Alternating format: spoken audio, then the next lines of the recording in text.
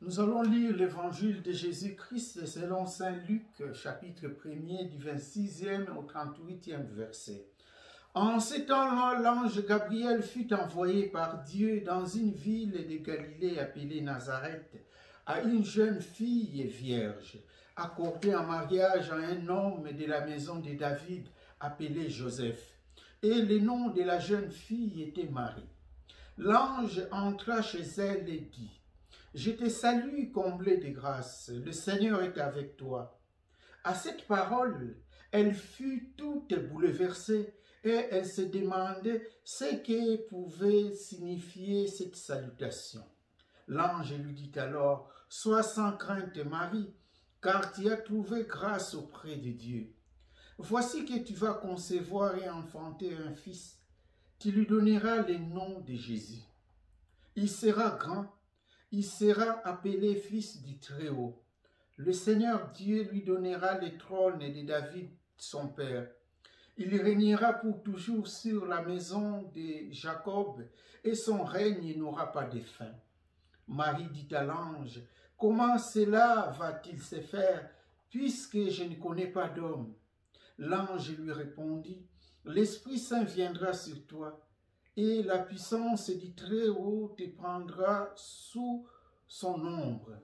C'est pourquoi celui qui va naître sera saint, il sera appelé fils de Dieu.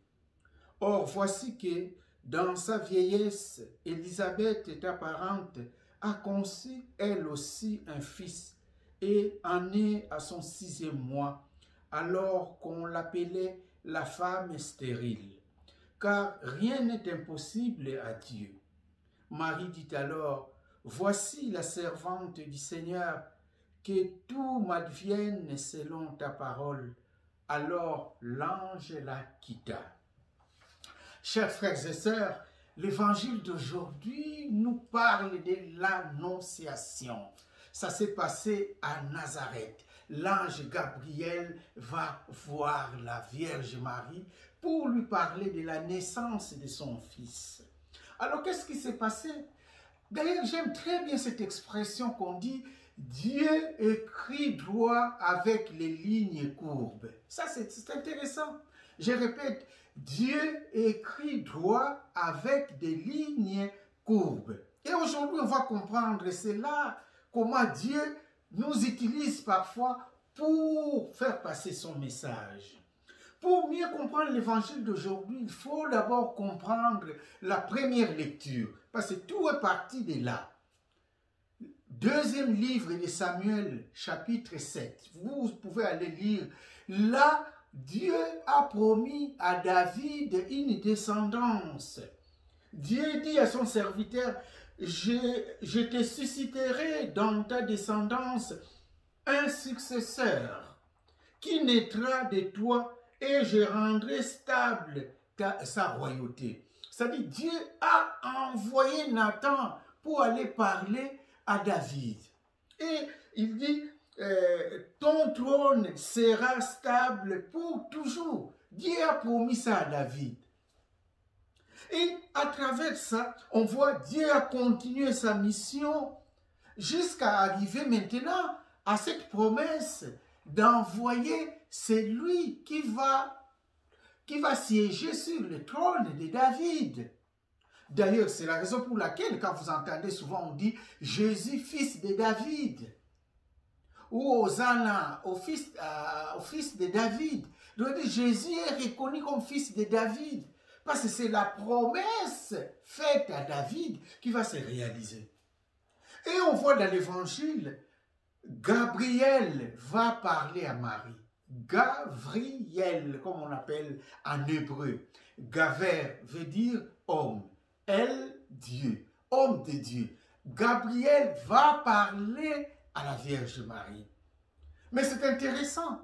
Gabriel va utiliser la promesse faite à David pour dire à la Vierge Marie: tu vas porter un fils qui va siéger sur le trône de David. Donc voilà, Gabriel reprend cette promesse-là. Et Marie est là. Mais comment cela va se faire? Marie dit, puisque je ne connais pas d'homme. Non, l'Esprit Saint viendra sur toi. Donc, l'ange a convaincu la Vierge Marie. Chers frères et sœurs, ne pensons pas que c'était déjà un acquis. Marie devrait dire oui. Elle pouvait aussi dire non.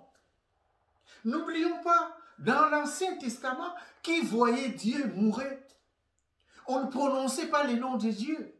Et Marie savait cela. Qui suis-je moi pour que l'ange puisse venir me parler? Marie avait peur. Dieu écrit droit avec les lignes courbes. Et Marie accepte, fiat. Que ta volonté soit faite. Et l'ange l'a convaincu en disant, regarde même ta cousine Élisabeth. Marie a accepté. Chers frères et sœurs, on comprend que l'évangile d'aujourd'hui, c'est crucial pour la naissance de Jésus. Il fallait que Marie puisse dire oui pour que le Verbe puisse se faire chair. Et elle a dit oui. Et voilà la grandeur de cette dame-là. Parce que les gens croient que c'était un acquis. Marie devait obligatoirement dire oui. Mais non, elle pouvait aussi refuser.